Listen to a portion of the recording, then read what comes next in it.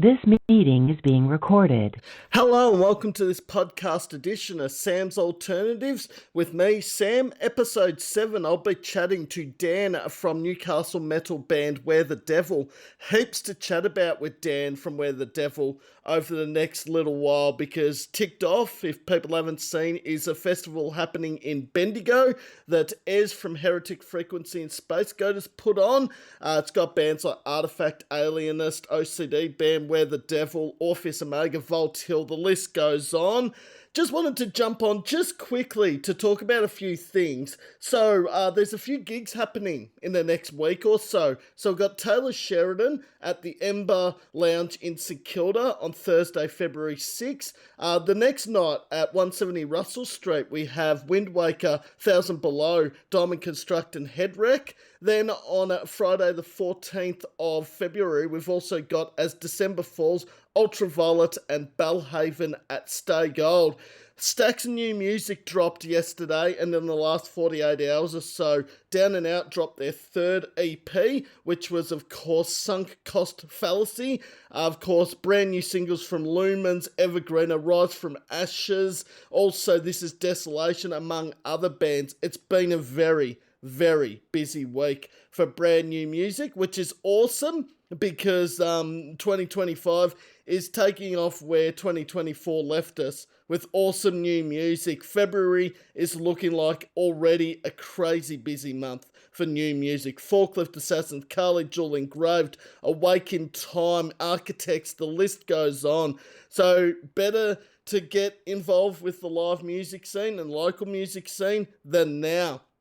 Of course, I will be going to a gig tonight at the Leadbeater Hotel. It is, of course, Four Weather's EP launch. They're playing alongside Druid, also Sunbleached and Detester. Funnily enough, Sunbleached are the only band I haven't actually seen live before. I've seen Druid, I've seen, of course, Detester and Four Weather. I saw Four Weather a couple of times. I saw Detester last year at the Tote with, of course, Heist, Zuko, and, of course, Saving Face. Last night's gigs, I used the plural gigs there because I did go to two at the same venue, funnily enough.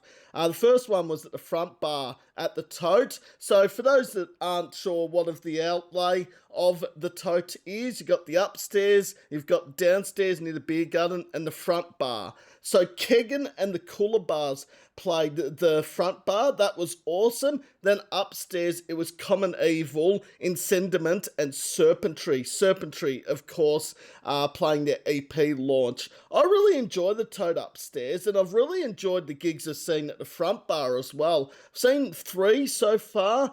The upstairs thing at the Tote, the only issue that I have with the Tote upstairs is this time of year, in summer. It's like 35 degrees outside, feels like probably double that upstairs. But apart from that, it's a nice venue. I love the outlay upstairs as well. It's sort of, I'm trying to think what's the size of. It's probably the same size of maybe, I don't know, Bendigo Hotel, maybe. Like, it's not huge, but it's big enough that you could fit a whole lot of people upstairs. But yeah, haven't seen a bad show at the Tote upstairs, or the Tote in general, actually. I got to catch up with the Common Evil guys, which was awesome. And I got to catch up with Gaz from Kegan and the Cooler Bars. Also got to catch up with Michael from Forklift Assassins at the first gig as well. They were playing a couple of shows next week and the weeks to come. They've got a very busy February coming up, actually. Forklift Assassins. Like, there's 4 shows, I think, in 5 weeks, which is crazy, but it's good because, you know, before COVID, I mean, or just after COVID happened, there were so many restrictions and that, and you couldn't play many shows. So it's awesome to see bands getting out there and touring, not just here in Victoria, but around Australia as well. Also, just want to thank everyone for all the feedback, likes, posts, shares, everything views of my podcast episodes on YouTube. Just hit 8,000 a couple of days ago. Thank you to everyone. We've got a huge couple of months coming up. Product of Neglect, Storm the Crown, Space Goat, Cypher, No Life.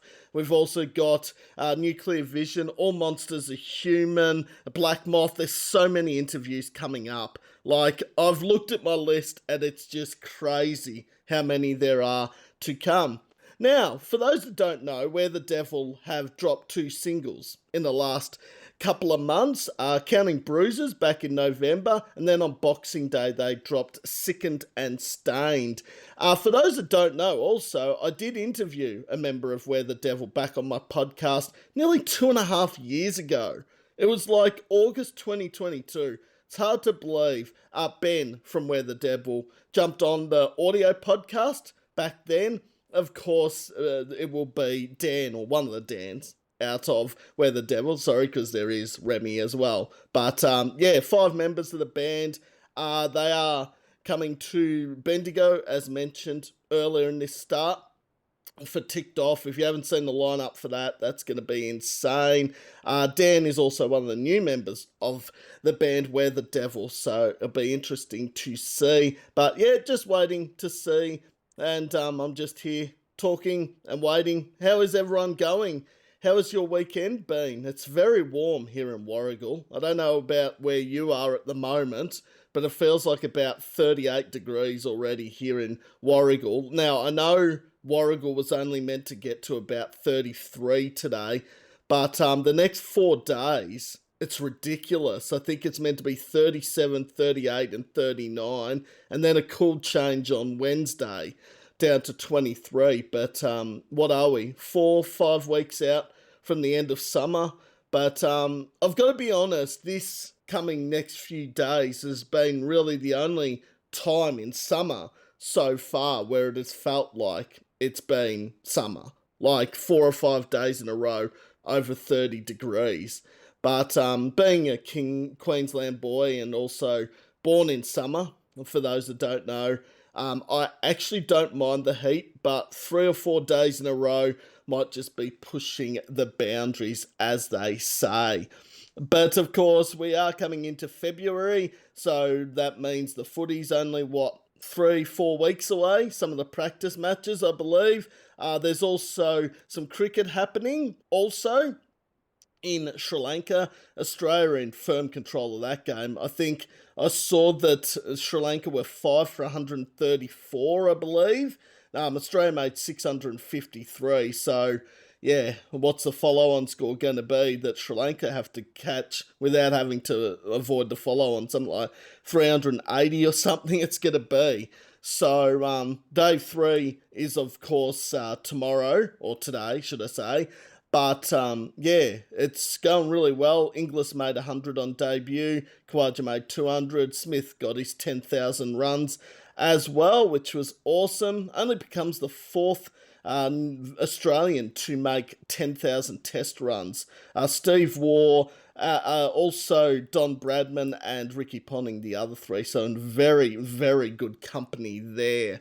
But, it's sort of crazy to think that we're in February already. I mean, before we know it, it'll be Easter, while the hot cross buns are on the shelves at supermarkets already, aren't they? So it's sort of like, we know it's getting close to Easter when they go out, but they go out on Boxing Day, or the 27th of December.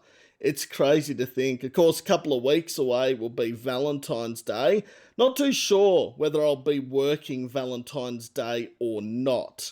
So, I'm hoping, if I'm not working Valentine's Day, I'm hoping to get to the Ultraviolet, Belhaven, and As December Falls gig at Stay Gold, because big fans of those 3 bands. Ultraviolet and Belhaven have been huge support of the podcast and everything I do to support the local and live music scene. I've had David from Belhaven, funnily enough, on the podcast about a year ago, which was awesome.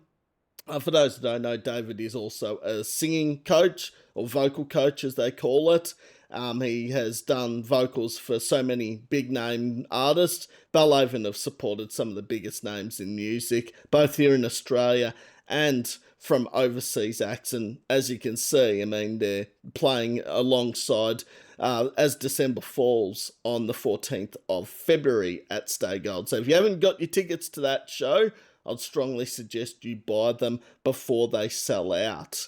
Now, the other sad thing that I did read was that Groove and the Moo, a very popular regional Australia festival, has cancelled its 2025 run and looks like it won't be able to go ahead after this year, which is really sad because, you know, music festivals here in Australia, we're losing so many of them. I mean, Unify, Soundwave. I know Soundwave was a few years ago now. All right, I better let Dan in from Where the Devil and let's get this interview started. Here we go, as they say. If it lets me let him in, I don't know what there we go. It's doing technology. You'd think after. Hey, Dan. How are you, mate? Just give me Yeah, one good. sec. Thanks. Yourself? Living. Yeah. Going on? Technology's getting the best of me today. I don't know what it is, but it's like it's saying let him in. So I let Dan in, and it's frozen on me.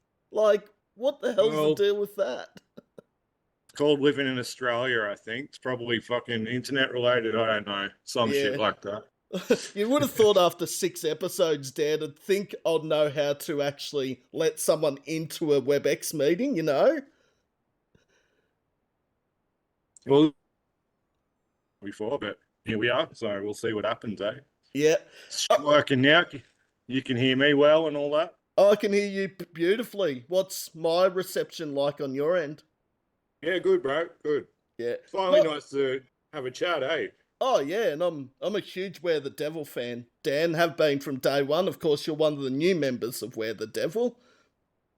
Yeah, it's been about 18 months now. So, yeah. Still, like, I mean, I feel pretty settled, don't get me wrong. But, yeah, history is, I know a little bit, but, Yeah, I sort of put you on the spot with those questions when I sent them through, Dan, and I'm like, oh yeah, shit, he hasn't been here from the start, so sort of It's all putting good. more pressure on you.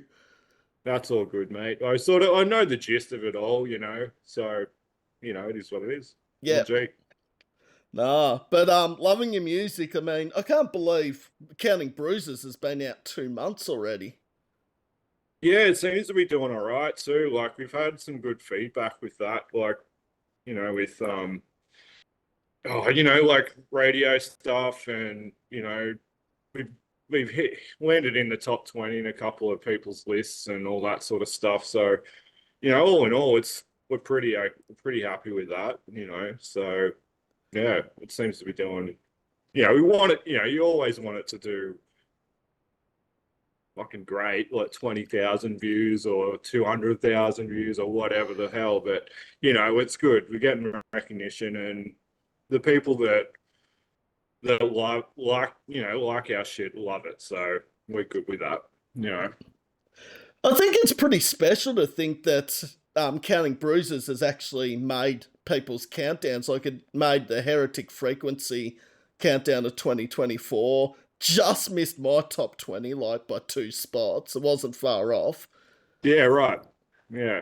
I mean, like, I can't remember which one it was now. It was a couple there, but, we went in we're sitting with some pretty good bands and good songs. So, for me, I'm pretty chuffed that we're fucking sitting with that stable of, that quality of fucking musicians. So, yeah, I mean, and it was released late in the year too. So I'm pretty happy with that. It hasn't had a lot of time for airplay. So, it's when it's recognized, we're happy, So, Yeah. mm. Now, actually, speaking of Heretic Frequency, funnily enough, for those that don't know, Where the Devil are playing TIC'D Off in Bendigo in May, along with a whole heap of shitloads of good bands as well. Yeah, it's a good lineup. I think Ez has done pretty rad there. Like, she's nailed a couple of like pretty good, pretty awesome bands. So we're stoked to be doing that. Well, I think we're playing Melbourne the night before. That's yet to be confirmed, like what's happening there.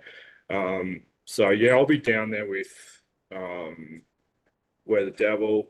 OCD are playing as well, which I'm play bass for as well. So I'm gonna have, 2 sets per night, which will be interesting, but I'm gonna have to just get me match fitness going, So but I'm looking forward to it. I haven't been down that way, so yeah, I'm looking forward to it. And actually I'm looking forward to meeting Ez and everyone, and getting that vibe going. So yeah, pretty excited about that. Well, let's hope, and I don't know what the set times are for TIC'D Off yet, it's way too early, but let's hope OCD Band and Where the Devil aren't after each other, because I feel like that would just be Yeah. nuts. Well, I said that to Ez. I said, like, I hope, like, this is ages ago. I said, oh, well, I hope it's not back to back. Just please, if you can even just put one band between, that'd be pretty awesome. Chance to have a refreshment and a breathe, you know what I mean? So we'll see. Oh, she'll be right up. Nah. But yeah, I saw the lineup, I'm just like, oh, if it wasn't so far away, like I shouldn't complain when Newcastle's like 12-hour drive from Bendigo or however far it is, but Yeah. So where are you at, brother? Like, I'm in Gippsland, so I'm in Warragul, about 3 hours from Bendigo, probably. okay, yeah. So, So you're west, is that right? Or sorry? I'm not. Are you west from there? I'm not sure about the locale there. How could I best describe it? We're east of Melbourne, so we're sort of heading towards like Marin, or not as far as like Marimbula and Lakes Entrance, but that sort of direction. Right. Okay, I get you. Yeah. Yeah. Right. So we won't see you there, mate. I'm trying to get whole weekend off, but like a whole weekend off, probably not going to happen. It's difficult. Hey, I get that for sure. No. Absolutely. Yeah. Yeah. But I mean, I really hope to get there, or at least sort of get to a show with those bands playing, because Alienist, Vault Hill, Where the Devil, OCD Band on one lineup alone, then you throw in Yeah. everyone else. Yeah. Orpheus Amiga and all that stuff. Like, yeah, I reckon it'd be in Space Goat. I'd love to. I've never caught them live. Like I like their stuff. I think it's pretty cool. So. No, Yeah. they're really good, and Ez is a great person. Hello, Yeah, Ez, if you watch this, but very supportive, very well, much like yourself, like very involved, and helps bring the scene and community together, which is, it's a key to it all. You know what I mean? Like, you don't get anywhere, in any music in Australia really without a scene, without people holding true. So it's all much appreciated. So, she yeah. does an incredible job. Like, I thought, like, I did a lot, but I think Ez is now the GOAT of Australian music. Like, as a supporter of it, I think Ez has passed a lot of people. That's just my Maybe. opinion. Yeah, I tend to don't look at shit like that, who's doing more about it. It's just everyone has their input, you know what I mean? Like, it's kind of like in a band or anything like that. Any relationship you work, you have your part to play. So, it's all good, as long as you hold them connections. So, yeah. And I love the shirt, Vac Decide. That aside, yeah. That aside, all bad start, Sam. Yeah, this is my bro, Rob from OCD, his other band. He's in them originally. He's got some new stuff coming up with them. So I got this shirt off him. It's just comfortable. Oh, and repping other Australian bands, Dan, as well. I think that's Exactly. the main important thing. Exactly right. Exactly right. That's why Yeah. that's why I always find Oz Music T-shirt Day very hard to pick a shirt to wear when there's so many. Exactly, man. I'm sort of like being back in like playing with bands again. Like I had a bit of a hiatus for a while, and I've noticed most my band shirts are all just local crew and dudes I know or whatever it might be, like Hatescape and those sort of fellas and Tellurian or what, you know what I mean? Like all the, I tend to I don't really want to be buying international stuff or rip off shit generally. Like to support the dudes if I can. If I've got the coin, it's hard these days, but I think cost of living. I think my problem isn't so much the money, Dad, it's the wardrobe space. I don't have much anymore. Well, that's right. It is hard, It's hard to justify the dollars, not justify it, just to have it to spare. So I'd Yeah. support more if I could, that's for sure. But Uh, here's what it is. yeah. Well, any Yeah. support is important, Dan. I mean, yeah. It is, and it's a fairly DIY community. Like most things. Like I come up in playing in hardcore bands and stuff when I was younger, and that scene was very similar. Everyone was doing their own shit, like releasing their own discs or shirt pressing and all that sort of stuff. It's all very DIY, and I noticed that's how this scene is as well. It seems to be across the board, and you got to support if you can. You know. Mm. Mm. Because as much as it would be great to make a living off being in a band or as an artist, it's only a handful get there. Yeah, I would agree with you. I think the reality is that it costs you, but it's something you do for the love of it. It's something that's inside you want to fucking express and collaborate. You know what I mean? So, yeah, you do it for those reasons. I think that's key. If you're in any music, I've got friends and stuff that are in different areas of music, like could be DJing or alternative sort of stuff or whatever. That they're still working day jobs. They're all still working, community services or whatever, like myself, and they do it because they love it and they need to do it, and they're not sane without it. You know what I mean? No. So it's like once you play in a band or start doing that stuff, and if you step away from it, it's like fuck, it's something's missing. It's hard to be happy without it. Yeah. I find that. So yeah.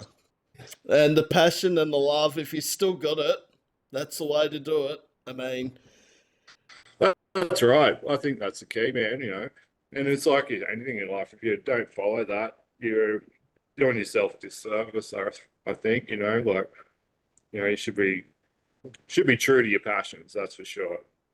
Best of your ability. And it'd be rad to make a quid off it and, make that your life, but you have to push hard, and you have to push hard young, I think, yes. And I think bust your balls and ass off and just put yourself out there, because I keep saying this, it's not just going to land in your lap. That's right. And these days it's shameless self-promotion. You got to really, and people hustle, man, and I respect the hustle. Like it's a lot, people that are got their heads around the marketing and how to, well, especially these days with the internet and stuff, you're pushing, sorting algorithms, making sure you're getting to the right audience and all. That's a fucking whole new world to me. Like I come up in, CDs and tapes and fucking that sort of shit. So it's a bit of a, it's not my forte, that's for sure. I mean, I can put stuff together, but getting it to the masses and who needs it is, it takes a bit of a skill, So yeah.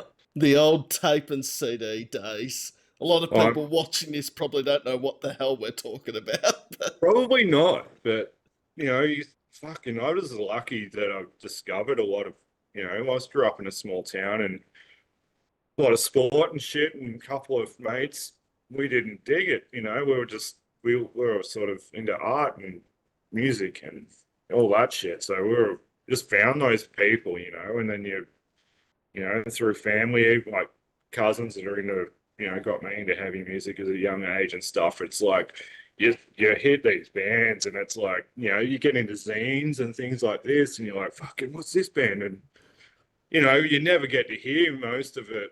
You hear old bands and stuff, which is flip side with the internet today. That's what I do generally, is just go and look for all that shit I couldn't find when I was a kid, you know what I mean? And so I don't know, it's a bit of a double-edged sword, but I figure it's really, it's pretty awesome that everything's at your fingertips now, like, so yeah, I don't know where we're going with that. I don't know. That's generally what these interviews are like, Dan. We go off on topic of something completely random and it comes back to the original thing we were talking about. I don't know how that happens, but Yeah, that's good. I As long was as we get there in the end. well, yeah, and it's all important stuff. I mean, we could talk shit here for 2 hours, but if someone got something out of this interview from myself or Dan, that's the most important thing of them all. Yeah, that's right. Yeah, perspective. Perspective's good. Yeah, for sure. All right, so Dan, pretty much this interview is just a general chat, find out a bit about Where the Devil, maybe how you got into music, and a few other things. But then at the end of the interview, the tables get turned. The interviewer becomes the answerer, not the question asker. So Right. Dan has the opportunity at the end of this interview to ask me a question if he has anything on his mind. All right, sure. That's a bit of a, it's like a fucking, what do you call it? Like a, no, like one of those crazy movies where you don't expect the ending. All right. I wasn't prepared for that, but we'll see.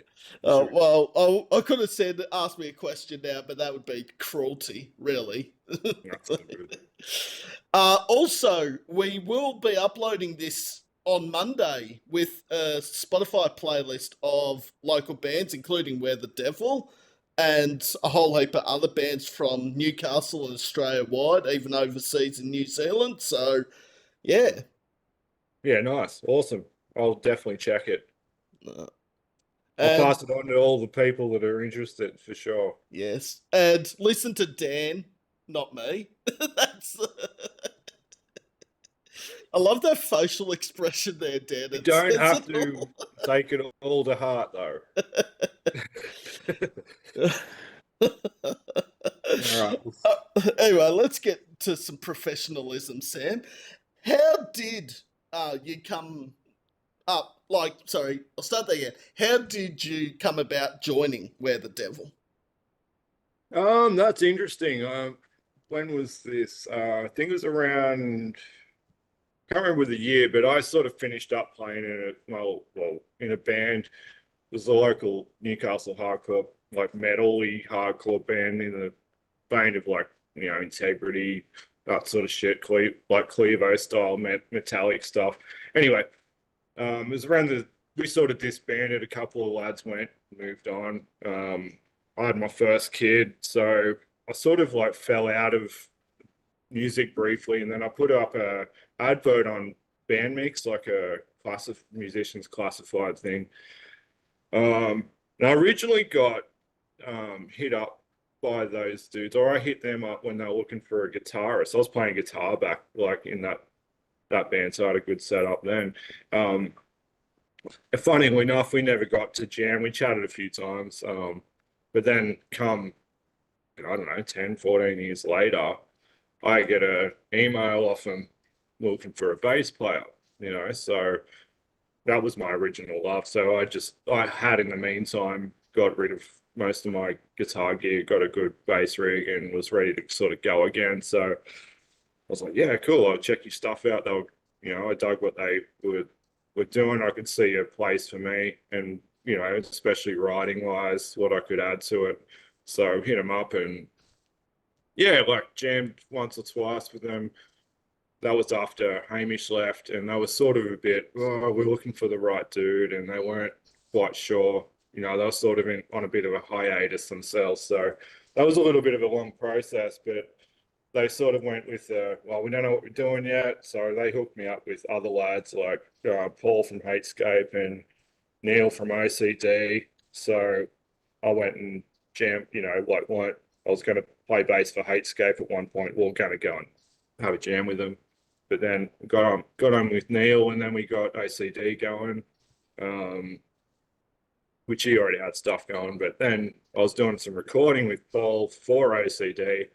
He's like, oh God, like this stuff's like a good fit for Where the Devil, so he's hit him up, hit them back up, run into the singer, Ben at the time, at a local like football match. It was what my son was playing and stuff, and we were having a yarn. And then the next week we were like, yeah, let's hook up again and see what happens. And then, yeah, I was part of the crew then after that. And then, yeah, then not too long after that, Ben realized he had a lot of, other commitments and he couldn't, give what he needed or what he wanted. And so, yeah, we thought we were on the road, back to jam and back to gig and back to recording and that sort of thing. And yeah, then we had to look for a singer. So yeah, and got Jake, bunch of stuff happening, and here we are. Wow. Yes, that's Long-winded, sorry. That's about. no, that's all right.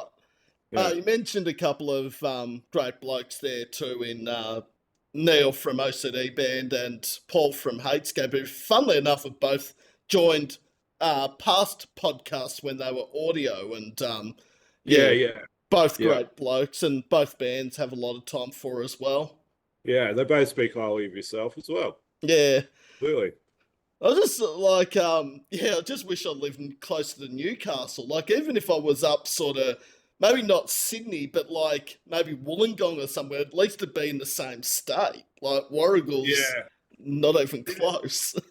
Yeah, true. I mean, there's a lot of stuff going on in Newey. I find it's we played a few shows around, Sydney way, and I find that the Newey shows are pretty good. Like, they're not always, the rooms aren't always full, but people come out and they're the diehards, so, and the bands there's some good bands kicking around, like, fucking Plague Dweller and litany of bands, really. Like, I think it's pretty healthy, considering we don't have that many venues either anymore. Like, there's more and more popping up, but again, I come from fucking the olden days, bro. So when there was a fucking bar in every corner that had live bands, like the old Hunter and Hunter in Newcastle, and we used to play Black Box and the Lucky Country, fucking Cambridge, all these places that, that don't exist anymore. So the Hammer was always a home base, even with prior bands I was in. So I'm appreciative that's still happening, and that sort of houses a lot of stuff these days. So yeah. Yes. Well, and I don't know what's going on with Newcastle bands at the moment, and this is no bagging them or something, but there's something seriously in the waters in Newcastle, because the talent coming out of there, I'd say, is on par with Victoria. Like, Yeah. I personally think so. Like, there's some great stuff happening. I mean, I think a lot of the people are dedicated, and they're doing it because of the love, and that's that simple. Like, so it's probably across the board there. I'm not speaking for everyone, but big bands, Canberra bands, and that sort of thing. Like we played with Deprivation recently, and fucking they're pretty banging. We got even up like Sunny Coast and Sydney bands. Like, I don't know, I think it's all pretty relative personally. Yeah,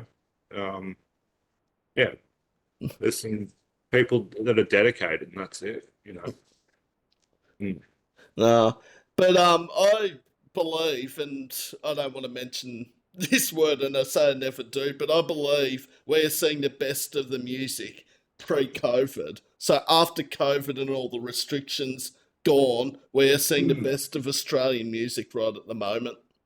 Definitely, I think you're right, and I think the metal scene, well, it's pretty healthy. There's a lot of, I know that the camaraderie is pretty good too. Like, I haven't really come across anyone that are fucking ego driven or dicks about anything. Everyone's been pretty down to earth. Everyone fucking has family and kids and work commitments. Everyone seems to be in the same sort of world, if that makes sense. So, it's like, turn up to a show, whether you're playing or not, it's fucking, you can get along with everyone generally. Yeah, I don't know, it's like family sort of, in a way. Like, I wouldn't say family, but you get my gist. I also think, and I've said this to a few of the guests so far, I think it's also the metal scene seems to be the most welcoming and close knit community of like the local scene in particular. It's just like we're Mm. one big family, despite maybe not even having met some of these bands or these people that come to your gigs. Yeah, for sure. I mean, the common ground is there. I mean, I don't know, without going into semantics or psychology behind why you listen to this sort of stuff or what drives you, it's like that doesn't necessarily matter, but there is a common thing, and fuck, man, I've never really met a dick like that's into this sort of music. Like maybe people with mental health issues or whatever the fuck, but that's by the by. That is how it is, you know. But I mean, like you talk to everyone's fucking just they're there for the love, you know, and their lifestyle's probably similar in some way, you know. So you can relate on so many levels, you know.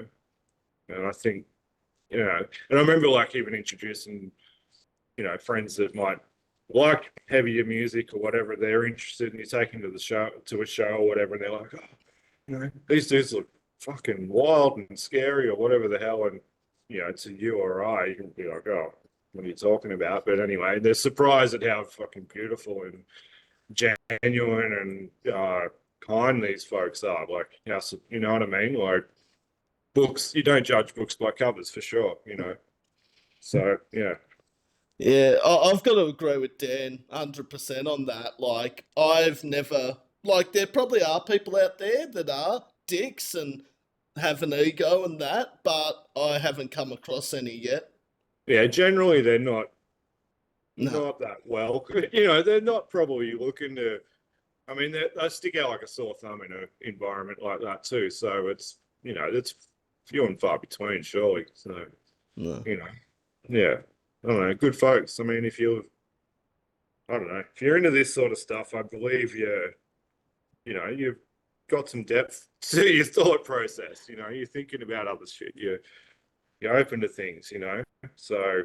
Um, yeah, open-minded people. I think that's probably the key there, and they all come together, and it's good collective, you know. Yeah. Certainly is. And the funny story about how I stumbled across Where the Devil, because there's always a story behind the band I interview before Mm. interviewing them. So I've got to go back probably 2.5 years ago, around when Beaten Down Broken Crown, I reckon, was released. And I remember Ben messaging me and saying, oh, here's our latest single, Yeah. check it out. And we're just like, where the fuck have I been? How have I not stumbled across this band? Yeah, okay, that's interesting because, like, I mean, I know a bit of the backstory with that. I think, like, when they were first kicking off, I think they only did a couple of shows before COVID happened, and like, there's fucking lockdowns everywhere. And I think they had a good thing going, and they were like, well, how the fuck do we negate this? You know, how do we keep active and keep this thing cracking through this? Because who knows how long it was going to go, I suppose. Like, um, so I think their view on it was like, we'll release content, you know, we'll put out singles, videos, and we'll focus on that while you know, since we can't be playing shows and that sort of thing. So they sort of like established that pretty early on. I think that's where a lot of people caught up with them is YouTube and Spotify, that sort of stuff. So, but I know like Ben Hosking, one of our guitarists, he had blue balls for fucking years wanting to play shows. So that was their release until further notice, you know, and then like lineup changes and stuff. So, I mean, then, you know, getting out there and getting your name out there is, it's, you know, it's important in any regard. So they just did what they had to do, I think. So, but it's either you pick that up on YouTube's at that point, or you miss it, I suppose. You're not going to be catching them in pubs or wherever the fuck because it wasn't happening, you know. So, yeah, so no surprise. No. And then, of course, as mentioned, they came back with the two singles late last year. One was literally 5 days before the end of 2024. It was almost 2025 when Sickened and Stained came out. Yeah, But it's a bit of a gamble. We're talking about when they released that, and sort of like, oh well, fucking, why don't we go Boxing Day? Maybe folks are, chilling after Christmas. They're on on their devices, want to have a crack at something new. It might be a good avenue and give them something to pump them up, after Christmas. So, it was going to be hit or miss, but it's done pretty well so far. I think, like, for how long it's been out, I think it's been probably the most successful so far in that period, if that makes sense. It hasn't quite hit the views that others might have over the time, but it's doing okay. Like, and that was funny. Like, we had counting bruises. We did filmed for the clip for that, and then in the meantime, we had the lyric video getting done for Sickened and Stained, and we're like, oh well, hopefully we were even like looking at like Counting Bruises might take ages to edit, and it might be later in the year we might have to release the other one first. And it happened on the flip side. Like, shit got done pretty quickly, so we popped that out before, and yeah, it seems to be, it's always a gamble. You just chuck it out there and hope for the best, So yeah. and also the other thing, I guess, 8 weeks pretty much between Counting Bruises and Sickened and Stained. I think, is a good length between songs. Like, anything less, it's sort of risky. I think 8 weeks is a good break between singles. Yeah, okay. Why keep the momentum? Yeah. Yeah, I think we were sort of looking for that as well, We've got a bunch of stuff in the, recorded or sent, most stuff's, well, we've got a few things that are pretty much finished, just needs final mixing and stuff like that. So we want to keep that trajectory going, you know what I mean? So yeah, hopefully we can keep that momentum cracking and get some more out very shortly. We've had plans for that. So yeah, hard work in the next couple of weeks and months. So yeah. It's the way to go. Keep on top of it, as they say.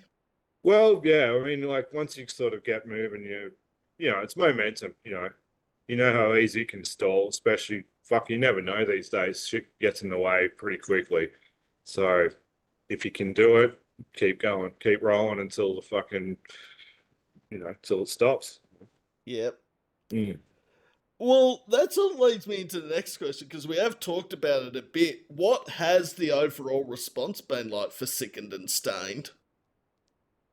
I think overall pretty positive. I mean, I don't tend to look too hard into, I'm open to criticism and stuff like this. I've heard of I know we've had a couple of, what was it, some guy commented on one of the, under the video or something recently, and he was saying about, oh, it could be this and that, like, could be better, like the bass is too scooped in the mids and this sort of thing. And I'm like, yeah, okay, like, but I don't mind constructive criticism. If there's some truth to it, you look into it at least, like, but generally people are digging it. Fucking, I've got like good friends and people around that, value their opinion. They're like, that shit's banging, So, that the vocals are kicking, the bass lines are rad, the guitars sound chunky as fuck, the drum beats are pumping, So, yeah, I think overall it's been good, and even like playing it live, it's come across well. It's been well received for sure. Like, yeah. No, because I loved Counting Bruises, and I was sort of like, okay, how are the Devil gonna up the tempo with their next single, and then you just blew it out of the park.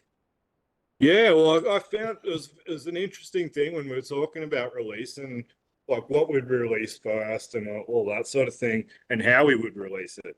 And we had a discussion about, should we do another film clip? Like, it's the first one I've ever done, but should they do another film clip? You know what I mean? And it's like, oh, if we do, we're jumping around ideas. It's like, well, what song would we do? Like, which one? And I was sort of, I love Sickened and Stained. I was like, well, we should fucking put a video to that. And then it's like, yeah, then the boys, it's the democracy here. So we're all discussing like, but this is like got this banging straight up, hard hitting sort of no nonsense fucking thing that might grab attention and then we just started chucking around ideas around the contents of the lyrics, which are about addiction, about people's, what do you call it, like their fucking weakness to getting into traps like drugs and shit like this, and trap houses and the badass shit that goes down. So we're throwing out ideas around, like, I don't know, we've referenced to Requiem for a Dream and these sorts of things, and ideas of like, just addictions in general. And we just come up with a concept, and that sort of won out, like it just made sense. We approached the filmographer, and he was like, yeah, fucking, we can do that. We can do something like that. It wasn't exactly what we envisioned, but it come back when we were stoked, you know what I mean? That collaboration, we were, open to a bit of interpretation, and it worked out pretty well. So I'm glad we went with that, So, but again, like Sickened and Stained, I not prefer it, but I love playing that song. It's to me, it's got some banging shit going on. So, yeah, it's a toss up. But we've made them both come out just different ways. So, yeah. Well, 2 from 2, you've done well with the 2 releases last year. I appreciate it. Thank you. Yeah, appreciate it. So Yeah. Sickened and Stained will be in the next countdown. It'll be in the next 2 countdowns I do, because there's one of bands I've interviewed, and then there's one next year. So Where the Devil will feature in both. Yeah, right. Cheers. So absolutely maybe higher than 22. I'm not giving any indication away. I'll fucking hold you to that, dude. And it's not 21. If everyone's like, oh, you've beaten it by 1 spot, it's like, no, it's not 1 spot. It's a few more spots than that. So, yeah, just look, that's the thing. It doesn't matter. As long as if people are digging it, that's good. Yeah. Yeah. All G.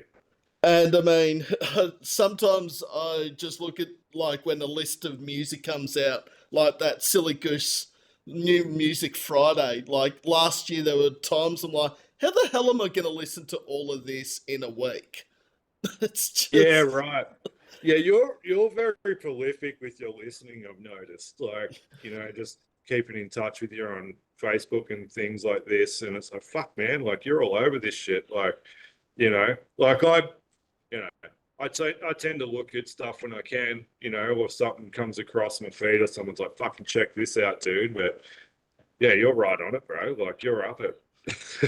Well, I guess the up to that is because I go to gigs and because I don't drive as well, you factor in train time. That's an hour and a half to and from a gig. That's 3 hours you could be listening to music. Yeah, true. So what's 35, 40 songs for a round trip? Like, yeah, fair enough. That makes a lot of sense. Yeah. But then again, like when I do a lot of preparation, like when I was doing the preparation for this interview, I went back and listened to, Counting Bruises, Sickened and Stained. I haven't listened to the old school Where the Devil stuff, but I was listening to a lot of other bands. So I'm like, if anything comes up between now and next week, for example, and I haven't checked it out, I'm like, oh shit, I need an opinion, don't I? Yeah, for sure. Absolutely. I mean, yeah. No, I would appreciate the dedication for sure. It's it's awesome. No, but yeah, I do miss bands from time to time. It is known. Yeah, right. Well, fucking, you're doing your best, so don't stress. Most important thing is to listen to Where the Devil. That's number 1 priority. Well, give them a shot at least. You don't have to. You like it. You like it. If you don't, well, all good. Yeah. All right. What does 2025 hold in store for Wear the Devil? Look, we got a bunch of shows. Like we've already started the year. I think it was the first show was on the 3rd of Jan. Played last week at the Mosh Pit in Sydney. Got a play in Port Macquarie this week or next weekend.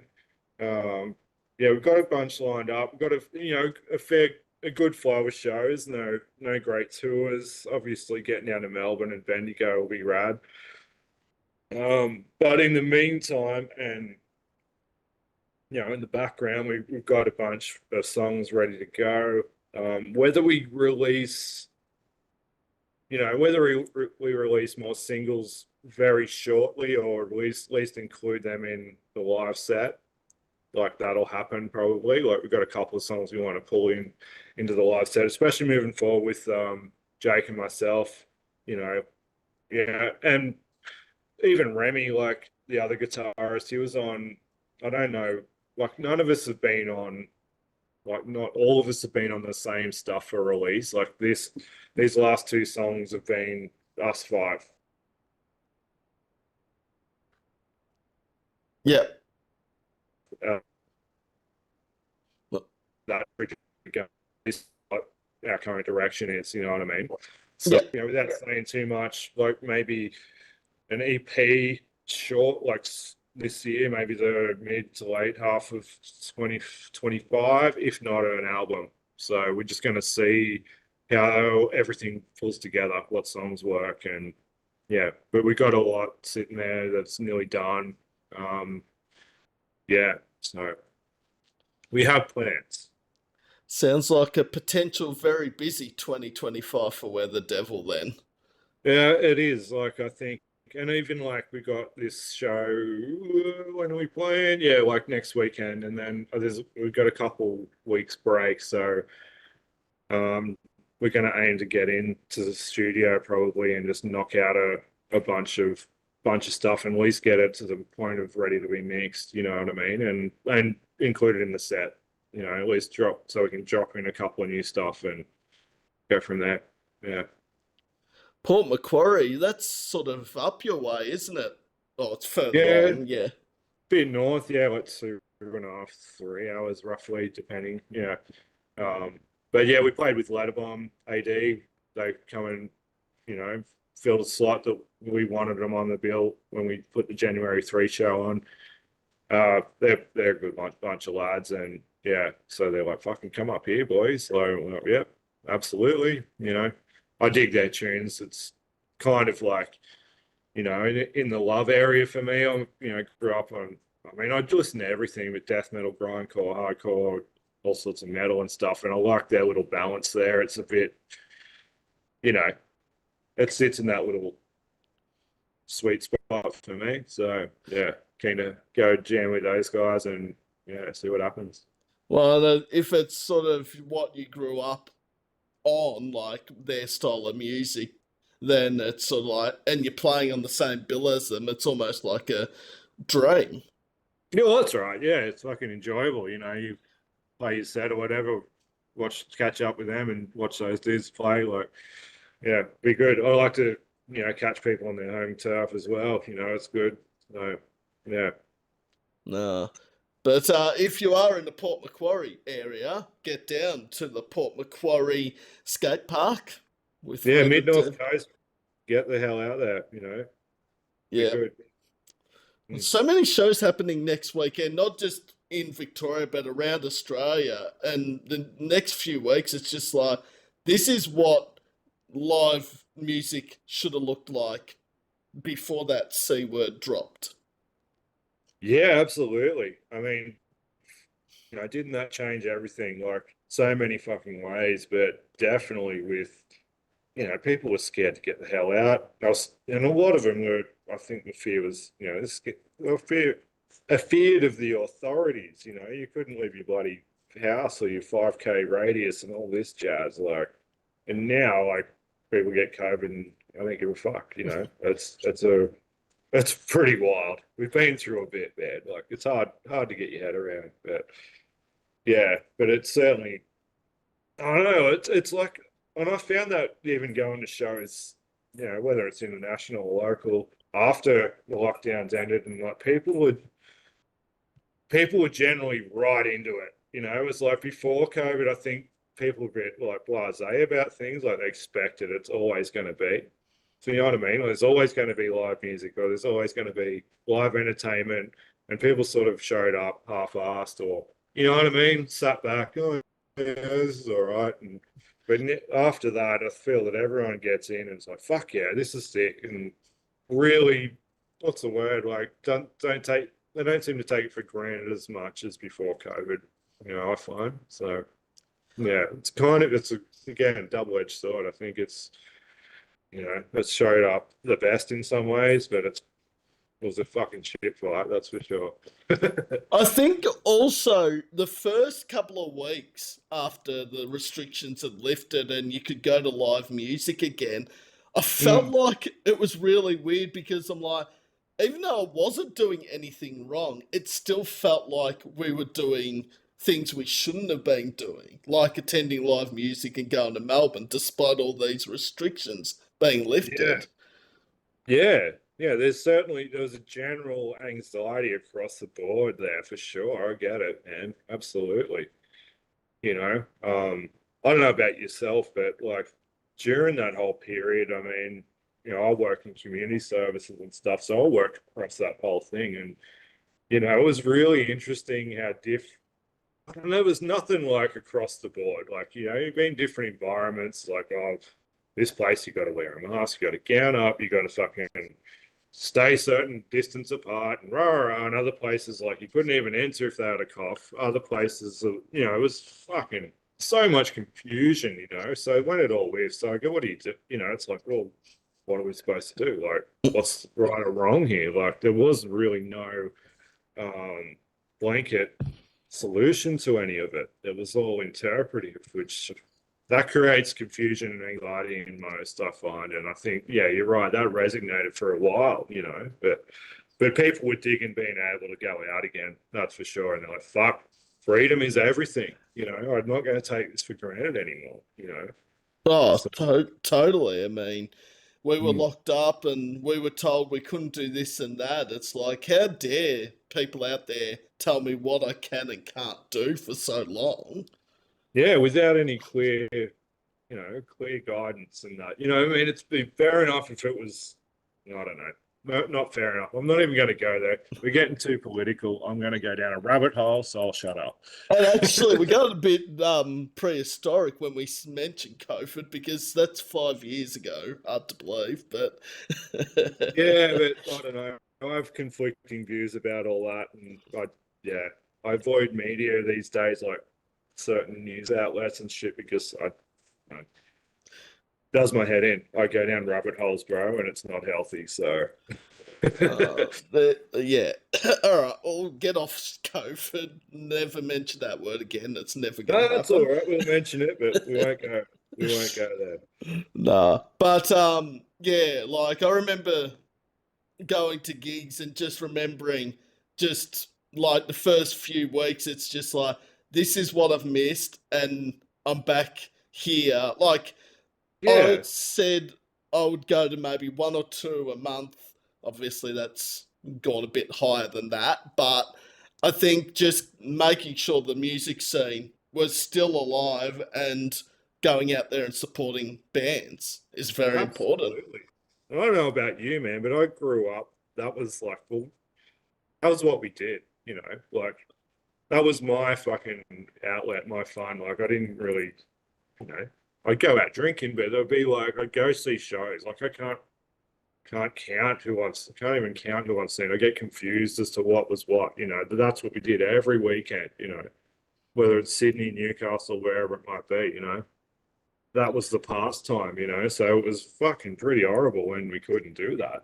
You know, Mm, I find it harder to get out these days only because like, kids and work, shit like this. But back then it was fucking how it was, and you miss it when you can't do it. And you miss it for everyone else that can't do it as well. It's like, fuck. Yeah. yeah. So if anyone is listening to this and isn't attending live music, make sure you get out there. There's plenty of shows happening in the next 4 weeks. No excuses. Well, that's it. Do your best. I mean, you've got to understand people have lives and work, and then no one, this climate, economical climates, fuck, most people I know works at least 6 days a week, or at least have to work 1 day a weekend, and this sort of thing. And it can be difficult, and sometimes you can't even afford it. No. I get that for folks, but do your best for sure. Yes. And I've got a gig actually tonight, but I'm in plenty of time. It doesn't start till 7, or doors aren't till 7, so Yeah, plenty what are of you time. hitting? Full weather with Druid. Now I've got to remember. Druid, Sunbleached, and Detester. Druid and Detester are from Melbourne, Sunbleached are from Queensland, so should be Yeah, a good right. night. Few people making the effort there. Yes. Absolutely. Awesome. Hope you enjoy. Leadbeater's one of my favourite venues in Melbourne. It's just I hardly ever get there. So it's almost not become my favourite venue because I've only been there twice in about 18 months. So Yeah, righto. Okay. So they got a good setup, I suppose. great setup, great stage. I just like the whole layout. Like even the bar in the front part, there's a pool table, there's a good beer garden. It's a really Yeah, good okay. venue. Yeah, nice. Yeah, it's interesting the venues you see. Like we played Mosh Pit last week, and like we all got there, and it's pretty tight. It's a tight bloody place there, and everyone's at first like all the bands, like well, how are we going to fucking set up? Like how are we going to fit everything in here? Every band was a 5-piece, pretty much. It's like fucking hell, dude. Anyway, we everyone did it, and it come out great. We all had a great time. The vibe there's awesome, and yeah, the people running the show of like Nerf from was it what's her production, Northern Horizon or whatever promotions. Like she's fucking cool. Makes everyone feel at home, and it worked out really good. And it's sometimes you look you again. It's like trying to judge things on face value, and then you're like, oh fuck, actually this is going to be cool, and it always the way, always works out well. So the mosh pit bar, what's the capacity for people? Like, how many do you reckon it could fit? Good question. I mean, it's like I don't know if you've been to, like, I spent a lot of time in Newtown growing up and stuff, and like a lot of the housing and buildings there are quite long and narrow, if you know what I mean, like big hallway type Jesuses, and then you get down and it opens up at the back. It's similar to that. So it's Oh, pretty, it's like 4 or 5 shoulder width at one point, then it's 1 or 2 through the bar section, then it's opens up. You get a bunch there, but yeah, it's pretty tight, but yeah. it's intimate too. So, and everyone's there for the right reasons. So it's kind of, it was kind of cool. Yeah. See, I've got this theory. I actually like the small, intimate sort of venues. It Yeah. sounds strange, but it almost feels like you're on the stage with the band. Yeah, I appreciate that too. Like, I love that. I like being close. You're forced to be close with the band or vice versa with the crowd, So, yeah, that's great. That stuff's great. But like this stage was like pretty much a drum riser, I guess, a bit wider. You could fit our amps on it fairly, and then we just sort of had to, where are we going to all sit in the scheme of things, But yeah, it worked. Everyone had a good time. Every band enjoyed it, and the sound was awesome. The sound guy did his job. Trust him, and it was good. So yeah, Well, that's the main thing, Dan. I mean, whether it's a 200 people capacity or more, as long as everyone enjoyed it and everything went to plan, doesn't matter the size of the venue. well, that's right. I mean, when you go to a show, there's always some level of anxiety about how things are going to set up and things are going to run smooth as possible. Because like playing live, anything, things generally happen. It's never a perfect fucking storm, if you know what I mean. Like, so, there's always a little bit of anxiety, and it's like, well, how are we going to fucking make that work? Or we're going to run into this trouble. So you're already there, a bit heightened anyway, if that makes sense. So, but it always, you just make the best of it. And, and I think that's about being professional with music is you improvise, like be industrious with what you got. Let's figure out a way. You just do it. So yeah, Yep. And but it's fun. things happen on stage. I mean, I was talking to someone last night that said his last show, his cymbal broke on the drums. I'm thinking that would have to be one of the worst things for a drummer on Yeah, stage. or the snare skin snapping or some shit like Oh that, or yeah. bass, like kick drum going, or yeah, that should be pretty hard. Thankfully, we haven't had much of that. We've had a few busted strings on the guitars, but touch wood, I haven't done that yet. It's a bit harder on the bass, you know. So anyway, I use stainless strings. Hopefully, they hold out. So Oh, I envy anyone that gets up on stage, plays an instrument, sing, because I couldn't do it. you Or I'd couldn't need a do it. lot of alcohol in me to do it. What, to get up there? You mean, or Yeah, because I'm shit scared. Like, I'd get stage fright. Like, I can sit here and talk to any person in the world over WebEx or Zoom and yeah, not be nervous, but if I got up on stage and had to do a mic grab or a collaboration, I'd just freeze. yeah, for sure. I fully get that. I mean, there is a bit of nerves there, but I mean, I don't know. I don't really find it too bad, especially with a crew. You know what I mean? Like I was talking to a girl at work. She's like she does solo stuff. She's pretty good. She's pretty out there. She's on Triple J, Angela Rose. Anyway, she's like we're talking at Christmas, and she was saying like, oh, she gets fucking super nervous and shit on her. Like she's just representing herself. I said, yeah, well, it's a bit different. I've got a crew behind me, like crew with me. We're all doing it together, so you share that. So I don't know. I find it's exciting, a bit nervous, but you just that's what keeps you pumping. And you get through your set and it's fucking done before you know it. So you know, yeah. And I guess, being nervous and having those sorts of things are important because I reckon there's bands and artists out there that have been doing it for 25 years and still get nervous before playing their show. Yeah, I don't think you're human if you don't. It's like fuck, because you don't know. Am I gonna fuck up? Am I gonna remember shit? Or you know what I mean? Even though you know it all, it's like, oh, yeah, there's all sorts of things. And you might have gear worries or whatever the fuck. Like so. Yeah, it's always nervous, but again, you just sort of something you've decided to do it. So just try not. You are doing it. Just don't think more about it. Just do it. You know what I mean? Let the nerves drive you in a way. You know? I think like I can sort of relate to that, but not in the being in a band or an artist. But I remember the first interview I did, and this is 3 or 4 years ago, and I was just like, oh shit, nerves are getting the better of me because I haven't done this before. Yeah, And now it's sort of like, well, I've done enough interviews to know what's going to happen. And yes, things go wrong from time to time, yeah, but sure. that's life. Yeah, I mean, what is it like? I guess you're chatting to folks, and you're talking to people in a community that are like-minded. So I guess what's the worst that could happen in a way? Technical issues aside, I don't, you're just having a chat. I mean, I've never, I don't really do this shit ever, but I put my hand up today and other dudes are busy and it's like, I don't mind chatting to folks. So, No.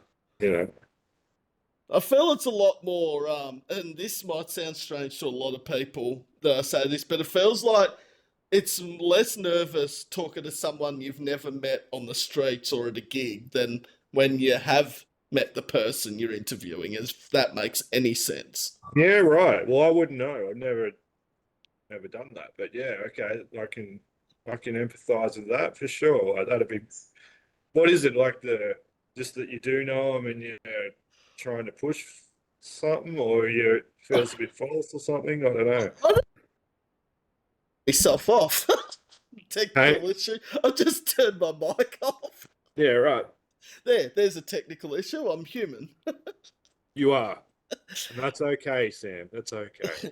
To answer the question, Dan, I think it's more you feel a lot more pressure when it's someone you know and you've known their backstory of like how they joined a band or became an artist. I think Yeah, right. that more in a sense, or you're trying to prove yourself to them. When it's someone you don't know, there's so much shit that I don't know, and there's a lot of stuff that I don't know about Dan or Where the Devil or any of the bands that I interview.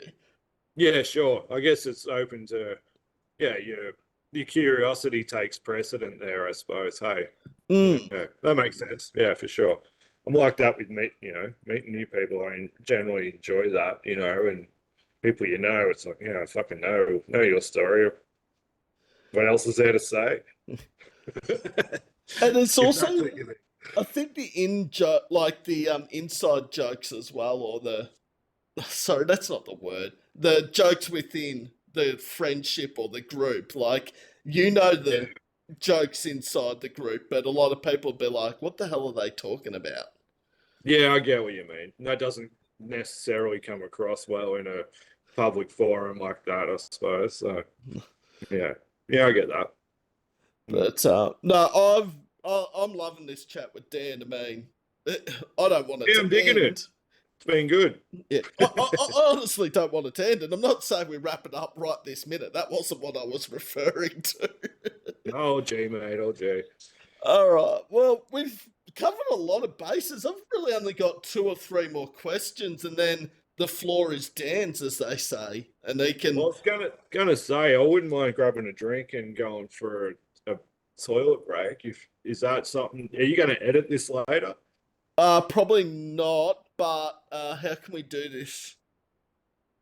Yeah, she's right. I'll hold out. Let's go. All right, all right. Well, I'll try and get through it as quickly as possible if you need a toilet break. She's all good. She's all good.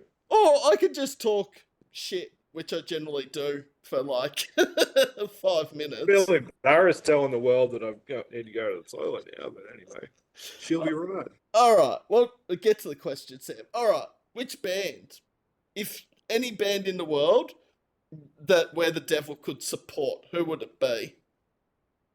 Fuck, man, I've been ruminating on this one this morning. I don't know. Like, could it be anyone live or dead? Like, or bands that exist or I, now? Is that what you're asking? I'm gonna open that up and say it can be bands that either exist now, don't exist, members have passed away, anything like that. Well, look, for me, it'd be like ultimate sort of shits like, Slayer or Pantera or something like this. Currently, I guess, bands like a band like Slipknot would be rad, you know. Um, and personally, I've got a bit of a soft spot for like Suffocation. I'd love to go and, you know, hang out with those dudes and, play before them and that sort of thing. I don't think Where the Devil will fit that, but that's sort of, you know, probably currently it'd be someone like Slipknot or something like that, it'd be pretty cool. Oh, well, they are coming to Australia for Knotfest. Yeah, well, I don't like our chances, but it is what it is. Oh, I'm gonna go see 'em, Polaris. it'll be good. Yeah, Hey? Polaris and Heartswake, they're sort of top tier metal bands here in Australia. I was going to say, there's a couple of lesser known, but then I looked at the Australian contingent like they're not lesser known. Yeah, there's a few crackers there, eh? Like, it should be good. I mean, Slaughter to Prevail, that's probably another one. I'd fucking love to play with them. Yeah. They're sort of like one of the new, to me, fresher bands that I fucking dig a lot, I like their style. It's pretty good in the metal scene. So, yeah, I don't know. It's a toss up. It's a hard one to bring down to one, but yeah. Well, you got some pretty good choices there, Dan, in Slipknot, Slaughter. I mean, Slayer, Yeah, well, Pantera, that's a dream lineup. that's dream. Yeah, imagine that. Imagine them together. Fuck me. Who would headline that? Yeah, good question. Yeah, Yeah, Slayer maybe? I don't know, but then probably. Corey's probably like, oh, nah, we're Slipknot, we'll headline. Yeah, I mean, like, having said that, your Slipknot are still powering on hard. So, yeah, yeah. Uh, did you see Kerry King when he was over here for Good Things, or No, I no? didn't. No, I didn't at all. I've heard a couple of the tunes. I mean, you know, Like, I don't know. It's all good. It's fucking Kerry King, but, I like me old school Slayer and shit, And I know it's an unpopular opinion, but Divine Intervention record is a fucking pretty regular on my playlist. I love the intensity of that shit. Like, the coldness of it. It sounds fucking serial killer shit. It's got some vibes, man, and I love the drums and stuff like that. But yeah, I don't know. Like, Kerry King stuff. It seems like Slayer, but not with the original lineup to me. Yeah, I don't know. Maybe I should listen to it more. But Yeah, last year's Good Things. There are a few bands on there I was like, I'd love to see. And then there's like a lot that I've already seen. Look, Electric Callboy, Alpha Wolf always get a pass mark in my book, and I'd love to see them. But I feel like Electric Callboy are here literally every 6 months anyway. So yeah, righto. Yeah, I'm not familiar with them, honestly, man. But yeah, any good? and then obviously Alpha Wolf playing they're playing regional tour this year. It's like, oh, $50. 40 minutes away. I'm like tempted. Yeah, it's not too bad. Fuck No. yeah. Good price, local. Yeah. And bringing the debate, are they from Tassie? Are they from Melbourne? Alpha Wolf? Tassie's claim them as theirs. We claim them as ours. They haven't got much, Tassie. Let it go to the keeper, I reckon. No. Give him a run on the board. Well, they won the cricket, but apart from that. Anyway. Oh, they're doing all right. But no, I think for me, I don't know. I feel like old school Slayer. I do like Divine Intervention. I think that's a great album, but I feel like Seasons in the Abyss, Raining Blood, those sorts of songs are probably my favourite Slayer songs. Yeah, absolutely. I won't argue with that shit. Don't get me wrong. Like, the classics are fucking banging, man. I was actually listening to Hell Awaits and the Haunting the Chapel EP and stuff the last few days. And it's like, fuck. Some of these, like, I don't know. I love the raw punk energy of those early ones too. It's got it's thrashy, but it's got this punk vibe, and obviously the high pitched screams. It was pretty unique for the time, I reckon. Like, it's good shit. But we're not in the '80s anymore, so time to move on. Yes. Oh, there's some good metal actually some good bands in general in the 80s. I mean, we mentioned Slayer, Pantera, Anthrax, Megadeth. I could go on. Man. And the fucking '90s, man. That sort of, there's some, I don't know. That was my love, best period was the '90s, mid '90s. Fucking so many good things. The environment changed a lot. Like, not just metal wise, it was alternative music and punk rock, hardcore, all that sort of shit was fucking. There was some fucking bangers going on, not just internationally, but here as well. Like, a big favorite of mine is like Toe to Toe from Sydney. I don't know if you're familiar, but their lineup in '97 was just fucking incredible. Still listening. They had a record called Dow. Fucking great record. One of my favorites of all time, Like, That's probably also given away Sam's age if he's talking about 80s metal like Anthrax and Megadeth. That's really showing my age, isn't it? fucking Anthrax, their shit's tight as fuck. They're beautiful, beautiful musicians. And I finally got to see the Big Four. Like, Megadeth were the only one out of the Big Four I hadn't seen, and Knotfest 2 years ago I got to see them. I'm like, I've crossed off the Big Four. How was it?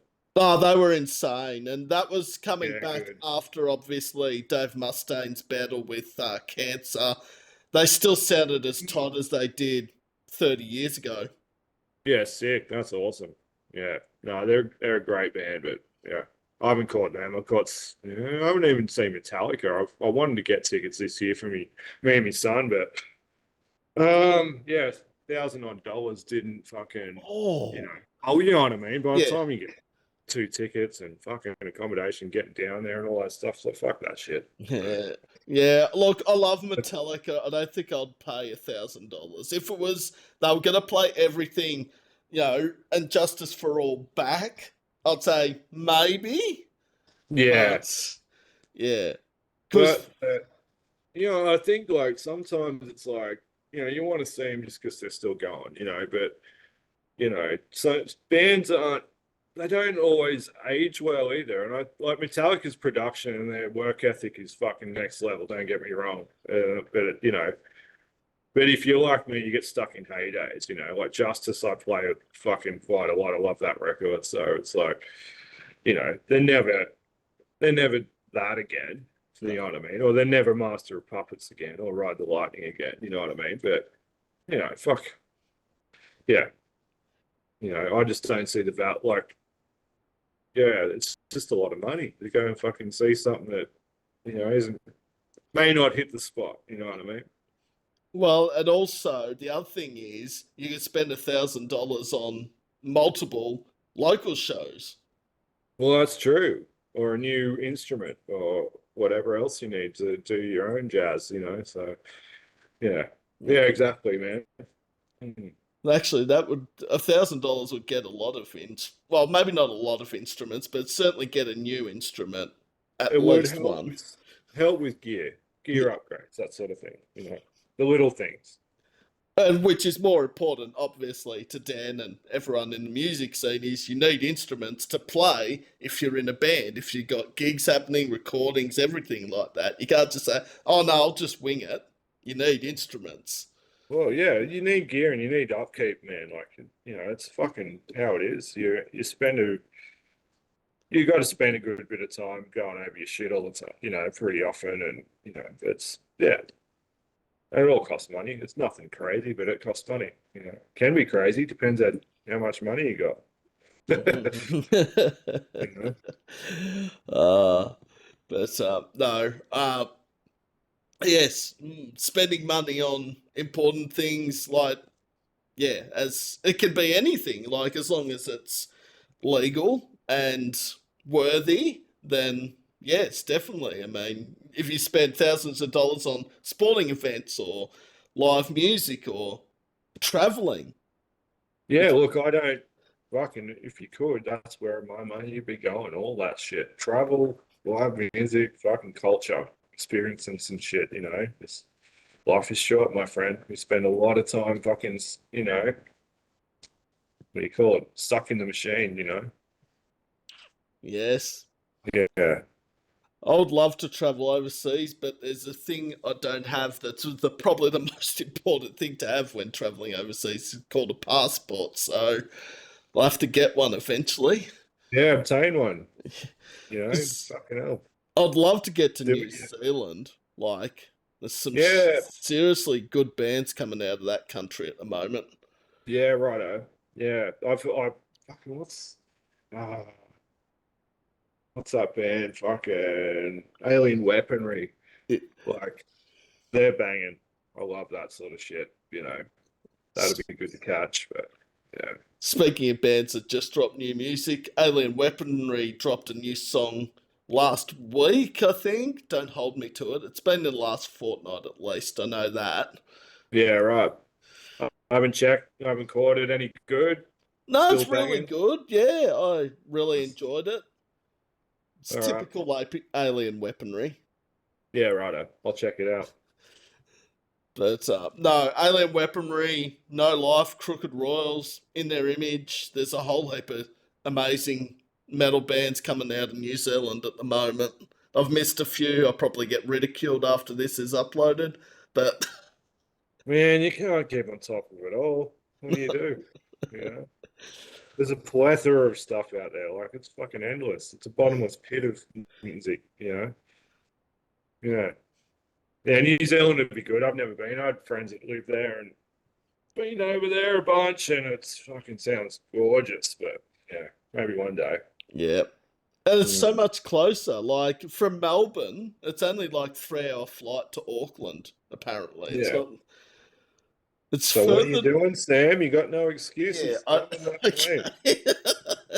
it's closer to fly to New Zealand than it is to Perth from Melbourne. I still can't get my head around how that works, but anyway. Big continent, bro. Yeah. country. Yeah. All right. Well, this probably will be the last question, and it is: what advice do you give to bands and artists starting out in the scene? Whoa, Jesus. Well, I'm not. I don't like giving a lot of advice, like but I guess I can do it for the right reasons. Put your, you know, be you. Work with your, like if you're a band or whatever, work with people, collaborate. Learn to take criticism. You know, listen to each other. Listen to connect with people in the scene, that sort of thing. Respect your sound guys. Respect the people that are putting on shows. And the people that are in attendance, like everyone's there for the same reasons. Network, absolutely try to network. And look, if I could say anything, when I was younger, sort of come out, between the analog and digital age, if that makes sense. So, I mean, for me, it would have been to, like, I did sound engineering when I was a young man, and that was like analog, and the digital was ADAT, digital audio tape and shit like this. And it was, and I sort of like didn't have the money to invest in that stuff and get to know all that stuff. But the way the internet works now and digital stuff works, learn to hustle, you know, get your stuff out there, learn how to put it out, learn to do shit yourself as much as you can, save that bucks, and then invest in, production if you need it, good mixing, good mastering. Yeah, put yourself out there. Very sound advice. Illegitimate Mm. as you can, Leave your ego aside if possible. Yeah. Unless you're a front man, and that's just doesn't happen. Well, yeah, I'm gonna shut up there. I'm only kidding. I'm only kidding. But it's ego's good with that. You got to fucking push something. You got to front something. So But you got to learn how to work with people, basically. It's bigger than just you. The other thing is, you're all in it for the right reasons. You're all in it for the same thing as well. I think, obviously there are bands that make it big, and others that struggle away for years on end, just trying to get their names heard. But you're all in it for the right reason. You're all in it to help each other. So, yeah, just help other bands get their music heard, do all that. That's right. Support people, and at least fucking get to know folks, and that's a big key. I think the more people you know and the more camaraderie you have, the better, more smoothly a show will run, or more. You know what I mean? The more you can help each other out. Someone's looking for something up your way. It's like, yeah, dude, we can help you out, or vice versa, or all that sort of thing. So learn to hustle. It's something I'm getting back, learning the ropes of, I suppose, or learning, from Rob and Ben and, the folks around me. So it's, yeah. And, those bands that make it, they fucking work. They work hard. You know what I mean? Like they're giving it their all. So, and there's a big fucking pot to pick through. So they're not everyone's going to get there, and that's okay too. So just do your work and do it for the right reasons, and be humble, Definitely.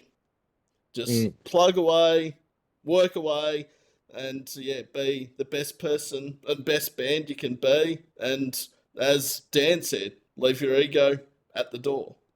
Yeah, work with each other, listen to each other, that sort of shit.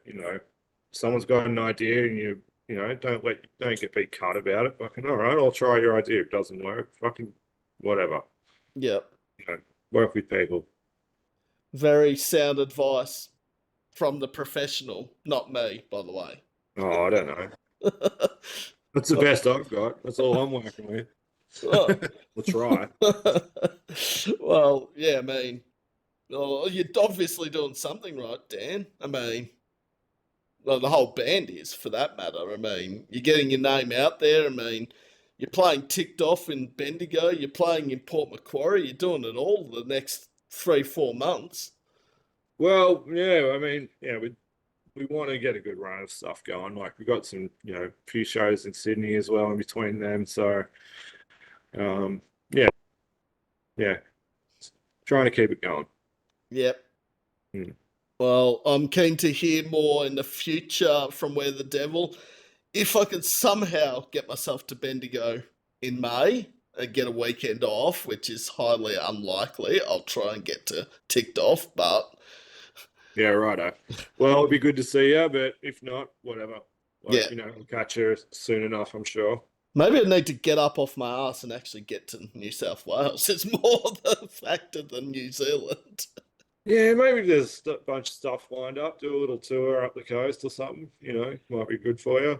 Mates up in, Sydney and Newcastle and obviously up further, Lismore and Queensland. They're like, are you coming up our way anytime soon? Like, I will eventually get up there. Yeah, I'm sure people would put you up to if you needed it. So Yeah. Maybe yeah. go back to my hometown of Kingaroy, see what's changed. I don't remember much of Kingaroy in Kingaroy. Queensland. Yeah, right.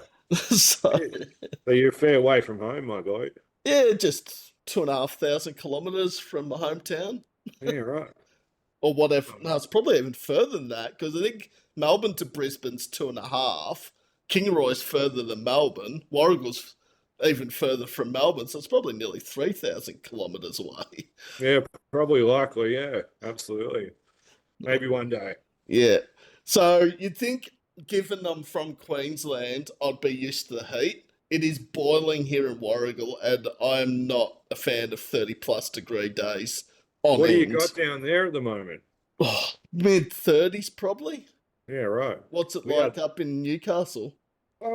Yeah, I'm sort of in the valley a bit here, but I don't know, it'll be about 26, I'd say right now. I'll 27. take that right now, to be But honest. early in the week, it was fucking shocking. Monday, Tuesday, she was 40, 41. I think it was Oh, 35 at 9:30 in the morning on Tuesday, or 10 o'clock or something like that. far So yeah, out. she was a shocker, but it's been good since. So yeah, All right, we're gonna anything good with the switch. bad. We're gonna switch weather places. So I'm gonna pretend I'm in Newcastle with 26 and 27 degrees. Dan has Warragul weather, which is 35 degrees. Let's see if that works any better. We'll try. We'll try. I I can don't pretend. I'll just work up a sweat. Oh, that's the other thing about WebEx. If I'm sweating, it will be seen on Facebook, just drips of sweat coming down my face now. Yeah, well, I'm used to that, I guess. What do? You just fucking sweat. Yeah. All right. Well, Sam's asked Dan all the hard-hitting questions. Now the tables get turned, and I'm now getting asked. So if there's anything that Dan wants to ask, now's the time. Yeah, that one's been. I don't know. I haven't really thought too much about what to ask, but you said you can't get weekends off. So what do you do on weekends, dude? Like, what's your So gig? I'm casual worker in hospitality, and Yeah, right. um, well, I think I could get one of the days off. Like, if I pushed hard, I probably could have got the Saturday off, but generally most of my work is Friday, Saturday, Sunday. Yeah, right. So, That makes sense. Yeah, of course. Yeah, not the right time for you to take off. no, and when I saw the lineup, I was just like, please be like sometime in June. Like, as weird as that sounds, because that's our quiet period generally, June, and then I saw it's May. It's the Right. weekend before Mother's Day. I'm like, oh shit. Yeah, not a great time for you. Oh, well. Yeah, it's But coming around quick, but what do you do? I hope, yeah, hospitality's not an easy one, that's for no. sure. And like as I've said at the start, I've really wanted to support everything for Heretic Frequency and what Ez does, and like I don't get to see Ez very often, but I feel like we've got a friendship connection that's same dedication to what we do. I mean, Ez does Yeah, a lot of stuff with radio and gigs that obviously I used to do a radio show, but yeah, decided yeah. to start do doing remember that. podcasts. Yeah. Yeah, what moved you away from that? Like, Yeah. I should said, I ask? yep. And I hate to mention the C word again, but this is the only good thing that came out of COVID. Uh, Right. so, long story cut short, it's going to be, Dan. So, 3WBRFM closed the studios during lockdown because apparently radio stations weren't an essential item. So I had Yeah. to think of outside the box on what to do. Was I going to wait 4 months until lockdowns eased and start doing a radio show? I decided I saw a podcast on Spotify and SoundCloud. I said, Mm. let's give that a go. Yeah, sure. Rest is So, history. COVID again. Mm. Life changing. But in that sense, though, it was for the good because if it wasn't for COVID, I probably would have never thought about doing podcasting. Yeah, you enjoying it though? Loving it. Like, honestly, I love interviewing bands. I love, getting to talk stories with bands, and the banter's always fun. And met a lot of incredible people like Dan from Where the Devil through this podcasting that I probably wouldn't have met 5 years Yeah. ago. Yeah, true. No, that's good. Networking, bro. Mm. Even if we are in different states, Well, that's the beauty of it. Imagine if we had to do it in person. It'd be fucking hectic, wouldn't it? Yeah, I was going to I wouldn't say. have said yes because it's my day off. So, it's Well, take half your day off just to get here, Dan. I think's more the fact. exactly right. And I was going to say that, that's the sort of drama with, yeah, the constant on the road shit. It's fucking hardcore with work and shit like that. So enjoy your downtime when you can, that's for sure. Definitely. But Mm. a few bands have asked, let's do this in person. I'm like, you do realise there's a platform called WebEx or Zoom that can be just done remotely from wherever you're living. Yeah, yeah. Well, yeah, why not? Or Why wouldn't it? Teams or whatever the device people use to do meetings. Yeah, there's a bunch, hey. Like, Yeah. I don't like them generally. I don't know. But, here we are, enjoying this, so it's all good. Well, I've enjoyed every minute of this. And generally, the only thing I hate about interviews, Dan, is the end. Because I've wanted to just keep talking and talking for ages, but I'm thinking nearly an hour and a half's a fair bit of content we got through. I think so. I hope fucking peeps don't get too bored. Well, the last one was Anyway. 2.5 hours, Dan, and they didn't Oh, get right. bored by that. So, I mean, I don't know. That's another thing you look at with when you're putting out content and stuff these days. Like people's attention spans don't seem to be like what they were when I was young and shit. Like videos of 5 to 15 seconds, shit like this. Like you know what I mean. Like if you don't grab them in that time frame, you fucking lost them. Like it's different to maybe when we were young and you open up a fucking record or a CD or whatever, and you fucking you go through it. I'll spend hours on it, So yeah, I don't know. We'll see how the attention spans go. If you can handle listening, stick by. Work through it. I think they can. I mean, Yeah. I've loved every minute of it. There's been stuff that has opened my eyes to a lot of things. And as usual, it's the only part of the interview is when it has to end that I'm just like, can't we just sit here for the next 4 hours and just talk? But then I'm Well, like, it was in person, probably a couple of brews floating around, and that would probably happen, I'd say. yeah. But nah, it's been absolutely awesome, Dan, from Where the Devil. Pleasure meeting you over WebEx. Haven't met in Yeah. person, but Yeah, it was good to finally, have a chat. no. And, pretty close to in person, I'd say, but anyway. The next closest thing. Yeah, for sure. No, it's been good chatting, bro. No, I've had an awesome time, and everyone listening, go check out Where the Devil. If you're in Port Macquarie or that area next Saturday, get down to the skate park and check out Where the Devil and Letterbomb AD and other bands. Check that out. And if you're, in Bendigo, get to that one. Get the TIC'D Off Fest. It'd be awesome. Yes. And you get to see Dan twice. You don't get to see him once in a band, you get to see him twice. Oh, 4 people. Avert your eyes. Put some fucking sunglasses on or something. Oh. I was going to say too, I seen on Ez's put up, I think the pre-sale for that festival sold out as well. So that's good. They're making a bit of a track, so there's going to be at least a few folks there. So yeah, pretty happy about that too. Can't go wrong either. I saw the early bird tickets were like $19. I'm like, fuck, that's cheap. But it's Something good. like that. Yeah, I was shocked. I thought it was going to be a bit more wilder than that, but yeah, but they're all gone. So No. so at least we're going to have some folks to play to. So that'll be good. And also the episode, this will be uploaded Monday mid-afternoon, probably around 3 o'clock, maybe earlier, depending what else I've got happening tomorrow and Monday. It's looking pretty quiet the next 2 days, so I might even get it up before then. I'll send you the link, Dan, share it, watch it. Absolutely. Pick it apart of everything that I've done wrong. Oh, yeah. I'll probably cringe. It is what it is. I don't like fucking hearing, I have to listen to myself in here, so it's hard to fucking do it. You know what I mean? Go over it again. But, yeah. It's been good chatting, bro. It has been an absolute pleasure.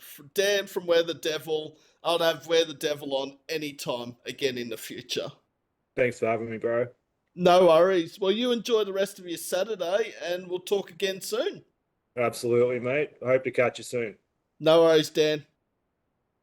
Catch up.